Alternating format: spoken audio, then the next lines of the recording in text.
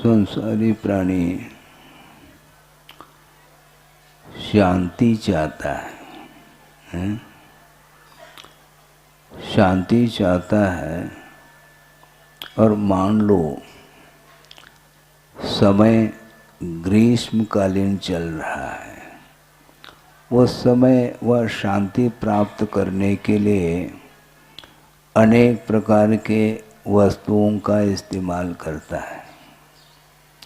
उसको प्रसंग बनाते हुए आचार्य समंतभद्र स्वामी ने शीतलनाथ भगवान की स्तुति करते हुए विषय रखा है। बहुत अच्छा प्रसंग है वो। उनका ये कहना है, न शीतलाश चंदन चंद्र रश्मयो नगांग मम्भो न च हारयष्टयः यथा मुनेस्ते अनग वाक्य रश्मयः शमाम्बुगर्भा शिशिराम विपश्यताम। ऐसा कहा। विद्वानों के लिए शीतलता प्रदान करने वाले कौन सी वस्तुएं हैं? हे भगवान, आपके जो निर्दोष जो वचन रूपी किरणें हैं, जो कि जिसके अंदर समता रूपी जल का प्रवाह है, और वो सारे सारे विद्वानों के लिए शीतलता प्रदान करते हैं। इसलिए न शीतला चंदन चंद्र रश्मयः, चंदन का प्रयोग करता है संसारी प्राणी शीतलता प्राप्त करने के लिए, और चंद्रमा की चांदनी के नीचे बैठता है, उसके माध्यम से भी शीतलता का अनुभव करना चाहता है। और जो सुगंधित मालाएं हैं उनका भी उपयोग कर लेता है, और गंगा के जल का भी उपयोग कर लेता है। जलपान करके और स्नान आदि के माध्यम से अपनी गर्मी को शांत करना चाहता है, किंतु आचार्य कहते हैं ये शांति प्रदान करने वाले ये वस्तु नहीं है। वस्तुतः यदि शीतलता मिलती है तो भगवान आपके जो वचनों में जो शीतलता है वह अन्यत्र नहीं पा सकते हैं। ये उन्होंने रूपक बनाया है, बहुत अच्छा लगता है।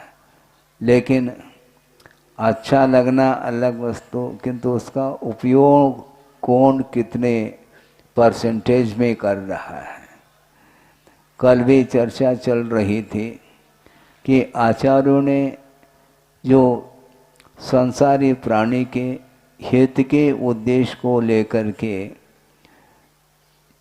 दिव्य ध्वनि के आश्रित जो आगम आया है, उस आगम की रचना करते हुए 4 अनुयोग में विभाजित जो आगम है उसको लिख करके हम लोगों के बीच में छोड़ करके चले गए, किंतु उसको खोल करके पढ़ने की भावना जागृत नहीं होती। ये कैसा रूप बन रहा है, बार बार मैं चिंतन करता हूँ कि निरंतर वर्तमान का जो माहौल है, मैं ये नहीं कहना चाहता हूँ कि धर्म का ह्रास हो रहा है, लेकिन ह्रास नहीं होते हुए भी जितने परसेंटेज में उसमें वृद्धि होनी चाहिए वो देखने में नहीं आता। आकुलताएं इतनी हैं उसको देख करके आंख मींचने की इच्छा होती है। वो अपने आप में शांति का अनुभव नहीं करते, आकुलता। अभी आप लोग बैठ करके शांति से सुन रहे हैं, आपको कैसा लग रहा है? कोई शोरगुल नहीं है, और हमें शोरगुल पसंद नहीं। समस्या ये जा रही है। कोई दर्शन करने के लिए निषेध नहीं है। आप लोग दूर दूर से आए हैं, दर्शन की भावना है और करना चाहिए, किंतु व्यवस्थित ढंग से बिना शोरगुल किए, बिना आकुलता के, शांति के साथ जो दर्शन होता है वीतरागता का, और उसके माध्यम से भावों में बहुत उज्ज्वलता आती है। किंतु कितना भी कहें, किंतु प्रकृति परिवर्तित नहीं होती। संसारी प्राणी का नेचर इसी ढंग का है कि वह उसमें परिवर्तन उस भूमिका में नहीं आ सकता है। किंतु शालीनता थोड़ी बहुत रखेंगे तो उसके माध्यम से जो चाहो आपको वह चीज़ मिल सकती है, क्योंकि आत्माश्रित ही भाव है।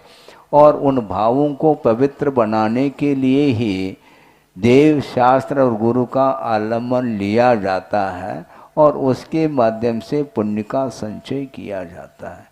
इसलिए अनेक प्रकार के जो सांसारिक जो वस्तु हैं, जिनके माध्यम से संसारी प्राणी शीतलता का अनुभव करना चाहता है, किंतु आचार्यों का ये कहना है कि जिनेंद्र भगवान के द्वारा निःसृत जो वाणी है, उस वाणी के अनुरूप किसी में भी शीतलता नहीं पाई जाती, ऐसा उन्होंने कहा। क्योंकि उस वाणी में समता रूपी जल का प्रवाह है।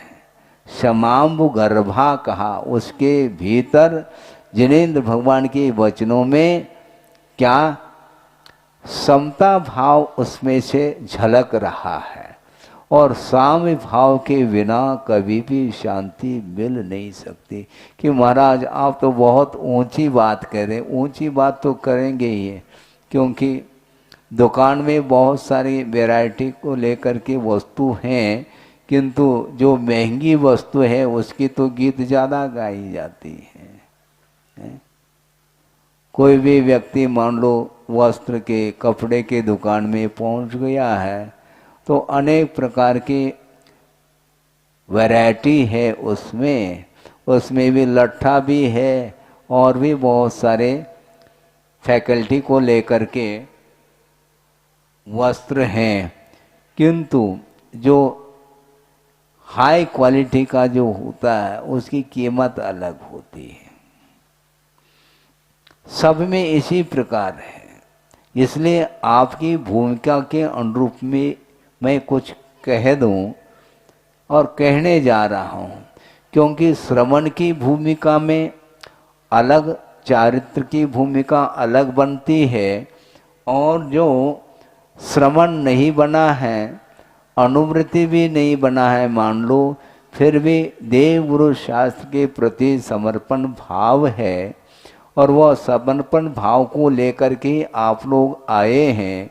इसलिए आए हैं तो ग्राहक तो हैं, तो ग्राहक हैं तो कुछ ले करके वो जाएगा और ले करके ही जाने के लिए आए हैं। किंतु यहाँ पर जिस प्रकार आपके दुकान आदि में वस्तु मिलती हैं, खरीदने योग्य वस्तु, उस प्रकार यहाँ पर कोई भी खरीदने योग्य वस्तु नहीं है जो आपके लिए मैं दे दूँ। ऐसा कुछ नहीं है कि वस्तुतः आत्मिक शांति को प्राप्त करने के लिए जिन कारणों के माध्यम से, जिन वस्तुओं के आलम्बन से हमें अशांति पैदा होती है, उन वस्तुओं को अपनी शक्ति के अनुरूप छोड़ने का प्रयास करना चाहिए। कल भी स्वाध्याय के दौरान एक बात निकली थी मध्याह्न में कि वस्तुतः त्याग किसको बोलते हैं, त्याग किसको बोलते हैं। महाराज देने का नाम त्याग है, नहीं इसको नहीं बोलते हम। महाराज फिर किसको बोलते हैं? देने का नाम त्याग नहीं है क्या? विवक्षा है हमारी। क्योंकि एक ग्राहक आया है दुकान में और वह 100 रुपए का नोट दे रहा है, वो त्याग कर रहा है क्या? उसके बदले कुछ लेना चाह रहा है। खरीदने की बात है, जहां पर खरीदने की बात है वहां पर त्याग की बात है ही नहीं। इसलिए देने का नाम त्याग नहीं, किंतु त्याग उसको बोलते हैं जिसमें जोड़ने की बात नहीं आती है। क्या? जिसमें जोड़ने की बात नहीं आती उसी का नाम उत्तम त्याग माना गया है। श्रवण ने जो छोड़ा है वह ग्रहण करने के लिए नहीं छोड़ा, जोड़ने का भाव ही नहीं उनका। जो कुछ भी था और अज्ञान दशा के कारण उसके साथ संबंध स्थापित किया था, और ज्ञान होने के कारण, वैराग भाव जागृत होने के कारण उन सारे सारे पदार्थों को, परिग्रहों को छोड़ दिया है। इसको उत्तम त्याग बोलते हैं। इसलिए जोड़ने की बात मत करो, छोड़ने की बात करो। जैसे बैंक में आपने पैसा रख दिया है, 1 करोड़ मान लो डिपॉजिट है, और मान लो उसको फिक्स कर दिया तो फिर ब्याज बहुत ज़्यादा मिलेगा। इसका अर्थ है आपने त्याग नहीं किया, ब्याज सहित लेने का भाव है, जोड़ने का भाव है, वह त्याग नहीं माना जाता। त्याग का अर्थ ये होता है जिसको छोड़ दिया है उसके प्रति कोई भी इच्छा नहीं रहती, उसका नाम उत्तम त्याग बोला है। हाँ, सोचो विचार करो। इसलिए गुरुदेव का ये कहना है, उन्होंने एक हाइकू दिया है, आपके सामने रख रहा हूँ। जुड़ो न जोड़ो, किसी से जुड़ो नहीं। हम जुड़ना नहीं चाहते हैं आपसे, ये ध्यान रखो। आप भले हमारे साथ जोड़ना चाहो हमें, ये बात अलग है, आपकी इच्छा है, किंतु मैं आपको नहीं जोड़ूंगा। हाँ, क्योंकि गृहस्थ को गुरु की उपासना करने से उसके लिए पुण्य का संचय होता है, बल्कि उसका संसार का विनाश हो जाता है। इसलिए वह देवगुरु शास्त्र का आलंबन लेता है। किंतु जो श्रवण बना है वह किसका आलंबन लेगा? गृहस्थ का आलंबन नहीं लेता, क्योंकि उसके द्वारा उसे कोई भी किसी वस्तु को प्राप्त नहीं करना है। और प्राप्त करना चाहेंगे, जो हम प्राप्त करना चाहते हैं वो आपके पास है नहीं, तो आप देंगे क्या, हमें ये बता दो। इसलिए जुड़ो न जोड़ो, और जोड़ा छोड़ो। अज्ञान दशा में जोड़ा है तो उसको पहला छोड़ो, फिर जोड़ो तो बेजोड़ जोड़ो। जोड़ना ही है, मान लो जोड़ने की आदत है तो बेजोड़ जोड़ो। बेजोड़ हमारे लिए कौन है?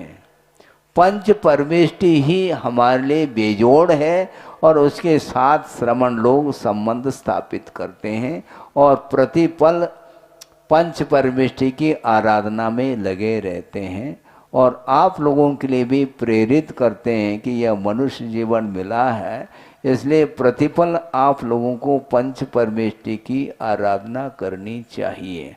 महाराज, ये बात हमें समझ में नहीं आई, आती भी नहीं आपको, क्योंकि महाराज हम प्रतिपल यदि मान लो भगवान की आराधना में लग जाएंगे तो दुकान कौन करेगा? फिर समस्या ये खड़ी हो गई ना। इसीलिए आपको जितना समय है उतना करो, किंतु बहुत अल्प समय निकालते हैं आप भगवान के लिए। बल्कि वस्तुतः देखा जाए, अन्यथा न ले, किंतु ये देखने में आ रहा है, इसलिए मैं कह रहा हूँ कि भगवान से आप लोग बंधते नहीं, भगवान को बांधने का प्रयास करते हैं। क्या मतलब हुआ महाराज? मतलब ये है कि भगवान स्थापित है जिन बिंब, और अभिषेक करना है तो भगवान को बांधते हैं। मतलब आपको समय नहीं, जब हमें समय मिल जाए जा करके हम अभिषेक कर लेंगे। गलत बात, ऐसा नहीं होना चाहिए। उसकी व्यवस्था बना लेनी चाहिए, एक टाइमिंग सेट कर लेना चाहिए कि उसी समय पर सामूहिक रूप से अभिषेक आदि क्रियाएं होनी चाहिए। महाराज हमें समय नहीं मिलता, हाँ उस समय हम जा नहीं पाते हैं। अच्छी बात है, कैसे नहीं जा पाते हैं? हम अब बताते हैं आपको। आपको प्लेटफॉर्म पर जाना है ना? ट्रेन आने का समय कौन सा है? 9:10 पर, और आप पहुंच जाते हैं 10-15 मिनट बिफोर। वहां पर कैसे पहुंचते हैं आप? हैं? ट्रेन आपसे बंध नहीं सकती, ध्यान रखो। आपको बंधना है उससे, तो पहले जाकर के 15 मिनट उदारता के साथ वह खर्च करता है। वहाँ जा कर के प्लेटफार्म पर वह भले ही पेपर अधिक पढ़ता रहे, ये बात अलग है। और कोई भी यात्रीगण जाने वाले होते हैं, उनके बीच में बैठ करके 10-15 मिनट वह बड़े मित्रता के साथ वह चर्चा आदि करने के लिए बैठ जाता है। ऐसा क्यों होता? क्योंकि हमें पहुंचना है समय पर, और आपके समय के हिसाब से गाड़ी छूटेगी नहीं। आप यदि 1 मिनट भी यदि लेट हो जाएंगे तो गाड़ी छूट जाएगी। यदि नहीं छोड़ेगी, गाड़ी नहीं छूटेगी समय पर, तो निश्चित रूप से एक्सीडेंट संभावित है। क्योंकि उधर से भी एक गाड़ी आने वाली है, वह भी आने का समय फिक्स है, तो यहाँ से जाने का समय भी फिक्स है। इस प्रकार जो है आप लोग सब व्यवहार करते हो, समय पर जा कर के आप बैठ जाते हैं। इसी प्रकार मान लो इसमें और रिजर्वेशन कर लेते कि नहीं? हाँ कर लेते महाराज, उसके बिना कहाँ यात्रा कैसे हो सकेगी हमारी, है? और रिजर्वेशन के साथ टिकट खरीद लेता। ये सब सुख सुविधा के साथ बिफोर कर रहा है। और इधर धार्मिक क्षेत्र में वह चाय जब आकर के बैठ जाता और चाय जब चला भी जाता है। समय पर आना भी चाहिए और समय के पूर्व जाना भी नहीं चाहिए, और बीच में उठ करके कई लोग चले जाते हैं, इसलिए पीछे बैठते हैं ताकि समय पर हम निकल जाए यहाँ से। ऐसा नहीं, धार्मिक क्षेत्र में बहुत अपने परिणामों को पवित्र बनाने का उद्देश्य यदि है, सब समय पर कार्यक्रम होना चाहिए।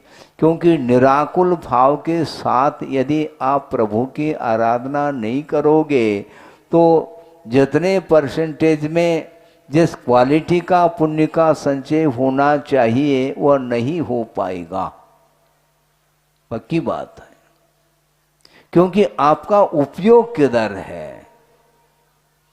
उपयोग किधर है?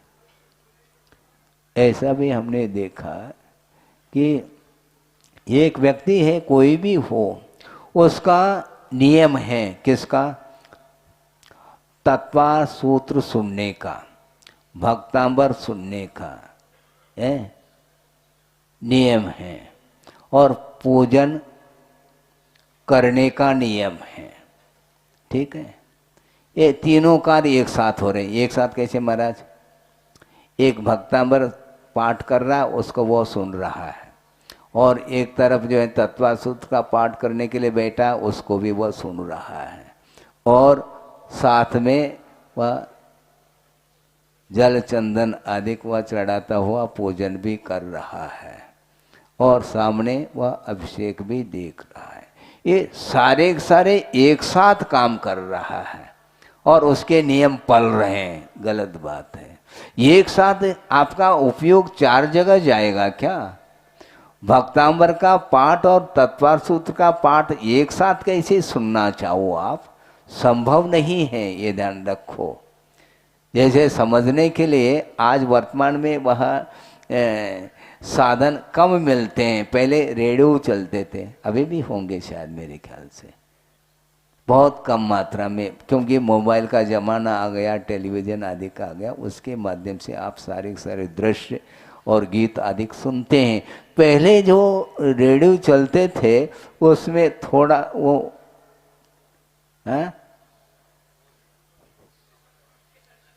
स्टेशन, हाँ, थोड़ा बहुत यदि इधर का उधर हो तो BBC लंदन और इधर और विविध भारती, ये वो एक साथ थोड़ा थोड़ा सा सुनने में आता था, वो थोड़ा बहुत यूं कर दें तो वह समाप्त हो जाता। मतलब एक्यूरेट चाहिए, सुनना चाहो एक साथ दो दो वार्ताएं आप सुन नहीं सकते हैं।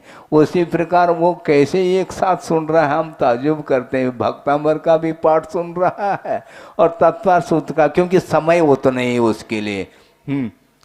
और कार्य चार कार्य करना चाहता, क्योंकि इन सबको सुनेंगे तो पुण्य का संचय ज्यादा होगा। है ये क्या है, इसको बोलते हैं, इसमें भी लोभ है, क्योंकि पुण्य का संचय ज्यादा होना चाहिए और कम समय में, इसलिए ये रूप उन्होंने दे दिया। ऐसा नहीं है, एकाग्र चित्त हो करके एक आपको धार्मिक कार्य करना चाहिए। हमने पहले भी, जहाँ तक मुझे स्मरण है, कि प्रवचन आदि के दौरान, स्वाध्याय आदि के प्रसंग में कहा था, पुनः आपके सामने दोहराना चाहता हूँ। वह ये है कि मान लो आप प्रभु के पूजन करने के लिए बैठे हैं, ठीक है, और पूजन संपन्न होने के बाद ही दूसरा कार्य हाथ में लेना चाहिए, उसके बीच में दूसरा कोई भी कार्य नहीं करना। मान लो आप पूजन करने के लिए बैठे हैं, उस समय यदि मान लो कोई महाराज भी भगवान की वंदना करने के निमित्त को लेकर के आए हैं, उस समय भी आप अपने भगवान के पूजन को छोड़ करके उनके लिए भी अर्घ चढ़ा दें महाराज, उनको भी नमोस्तु बोल दें, नहीं, कोई आवश्यकता नहीं महाराज। फिर अविनय हो जाएगा, फिर भगवान का अविनय हो जाएगा यदि करोगे तो। इसीलिए ये सारे के सारे जो कार्य हैं, धार्मिक कार्य, इसको एकाग्र चित्त हो करके उसको विसर्जन करने तक वह और कोई भी कार्य और कोई भी विकल्प मन में लाना नहीं चाहिए, ये हमारा कहना है। हाँ, तो महाराज अभिनय हो जाएगा। अभिनय किसको बोलते हैं? अभिनय का भाव हो तो बात अलग है। आप फ्री बैठे हैं और महाराज आए हैं, तो उस समय यदि मान लो आप दर्शन आदि नहीं करते हैं तो वह अभिनय माना जाता है, किंतु वहां पर अभिनय है ही नहीं। अभिनय का भाव हो तब की बात है। जैसे मान लो मुनि महाराज हैं, उनको आपने पड़ गया, ठीक है, ले जा रहे हैं, तो महाराज आगे होते हैं कि आप आगे? उत्तर दो। आइए महाराज, आइए महाराज, ऐसा कह करके वो आगे जा रहा है और श्रमण पीछे पीछे आ रहा है, तो श्रमण का अभिनय कर रहा है क्या वो? नहीं, क्योंकि मैं जाऊंगा तो कहां पर जाऊंगा, मुझे कोई ज्ञात थोड़ी है वहां पर क्योंकि आपको ज्ञात है कहां पर ले जाना है। और दूसरी बात है, आप विनीत होकर के उनके लिए कह रहे हैं हाथ जोड़ करके, आइए महाराज, आइए महाराज, इसी का नाम विनय है। महाराज पीछे चल रहे हैं, इसका अर्थ ये थोड़ी कि आप उनका अभिनय कर रहे हैं, अभिनय इसका नाम थोड़ी है। और दूसरी बात, मान लो 2 खंड का 3 खंड का मान लो कोई मंदिर है और तीनों खंडों में श्री जी विराजमान हैं, और ऊपर के खंड पर जा करके मान लो आपको वंदना के निमित्त से गए और वहाँ पर बैठ करके आप पूजन अर्चन कर रहे हैं, तो नीचे के मंजिल में जो विराजित प्रतिमाएं हैं उनका अभिनय कर रहे हैं क्या आप? नहीं, वो ऊपर पहुँच गए ना आप, वो नीचे हैं, आप उनसे ऊपर पहुँच गए। ऐसा नहीं होता क्या? इसका नाम अभिनय नहीं है, शक्य का ही अनुष्ठान किया जाता है, इसको बोलते हैं। अशक्य का अनुष्ठान हम कर ही नहीं सकते हैं। यदि इस प्रकार है तो आपको फ्लाइट से नहीं जाना चाहिए, क्योंकि बहुत ऊंचे पहुंच गए आप हैं, और मंदिर बहुत नीचे रह गया तो उसका अभिनय हो जाएगा। आप क्या कर लोगे? बोलो, छोड़ोगे? ऐसा नहीं होता। यथा योग्य विनय अनुनय करना चाहिए, ये कहा जा रहा है। इसलिए आप यदि पूजन अर्चन आदि कर रहे हैं, उस धार्मिक अनुष्ठान को छोड़ करके अन्य कोई भी कार्य जब तक विसर्जन ना हो, समापन न हो, तब तक अन्य कार्य हाथ में नहीं लेते। इसी को बोलते निराकुल भाव के साथ कार्य को संपन्न किया जाता है। और आज के तारीख में ये आधुनिक युग है, इसलिए आप पूजन करते समय भी आपके पास मोबाइल रखा हुआ है। हाँ, मोबाइल रखा है तो घंटी बज गई तो फिर देख लो, जिस प्रकार घंटी बजते ही पेपर